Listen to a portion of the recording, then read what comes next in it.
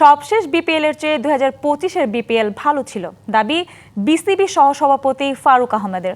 অসচ্ছল ফ্র্যাঞ্চাইজি অন্তর্ভুক্ত ও ক্রিকেটারদের পারিশ্রমিক বকেয়া থাকায় ফারুকের কাঠগড়ায় বিপিএল গভর্নিং কাউন্সিল। এদিকে আমিনুল ইসলাম বুলবুল পদত্যাগ করলে বিসিবি সভাপতির দায়িত্ব নেবেন কিনা এমন প্রশ্নের রহস্য রাখলেন ফারুক। গণমাধ্যমকে নেতিবাচক ও ক্রিকেট বহির্ভূত সংবাদ প্রচার না করার আহ্বান তার।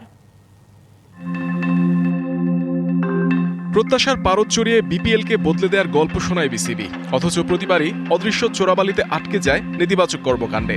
2025 বিপিএলে টিকিট বিক্রির লভ্যাংশ সবাইকে চমকে দিলেও ফিক্সিং ইস্যুতে সমালোচিত ছিল। সবশেষ আসরে কমেছে আয়, ক্রিকেটারদের পারিশ্রমিক তো এখনো বকেয়া। পরিবর্তন হলো কোথায়? যাদের পকেটে টাকা নেই তাদের টিম করা উচিত না। আমি জানি না এদেরকে কি চিন্তা করে টিম দেয়। বিসিবিতে পরিচালকদের মধ্যে সমন্বয়ের অভাব, সেটা প্রকাশ্যে এসেছে বহুবার। বিপিএল আয়োজনেও মত পার্থক্য আছে অনেক।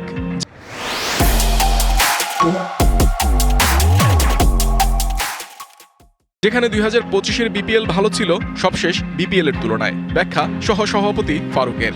পাওনা ছিল প্লেয়ারদের, এটা এইবারের তুলনায় অনেক কম ছিল। আমি এক্স্যাক্টলি জানি না, এটা আরেকটু পরে হয়তো জানা যাবে কোন কোন ফ্র্যাঞ্চাইজি এখনও পয়সা দিতে পারিনি। কথা কম বলে কাজ যদি করতে পারি আমরা, সেটা আমি সবসময় বিশ্বাস করি। ক্ষমতার পালাবদলে বিসিবির পরিচালনা পর্ষদে পরিবর্তনের আভাস। বিএনপিপন্থী সংগঠকদের আপিলের পরিপ্রেক্ষিতে আদালতের রায়ে আমিনুল ইসলাম বুলবুলের জেলা ও বিভাগীয় ক্রীড়া সংস্থার কাউন্সিলরশিপ বাতিল হলে শূন্য হতে পারে সভাপতির পদ। সেক্ষেত্রে সহসভাপতি ফারুক কি সভাপতির দায়িত্ব নেবেন? এই ব্যাপারে এখন কথা না বললে চলে, ইটস টু আর্লি। এগুলোর ব্যাপারে আসলে আমি চিন্তা করছি না। আমার মনে একটা পরিচালনা পর্ষদ আছে, একজন প্রেসিডেন্ট আছে, আমি ভাইস প্রেসিডেন্টের রোলে আছি, আমি এই রোলেই আপাতত আছি।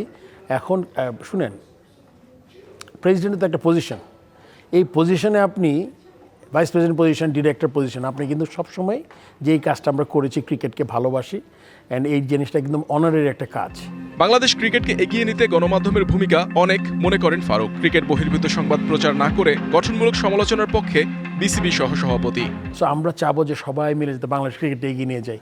এটাতে কিন্তু আপনার জার্নালিস্টরা বাইরে না, আমাদের কিন্তু এখন আরও অনেক কনস্ট্রাকটিভ নিউজ করা দরকার, যে আমাদের মাঠ দরকার, আমাদের উইকেট দরকার, আমাদের খেলাটাকে ছড়িয়ে দেওয়া দরকার। এইসব ব্যাপারে কিন্তু আমরা কাজ করতে পারি না আমরা।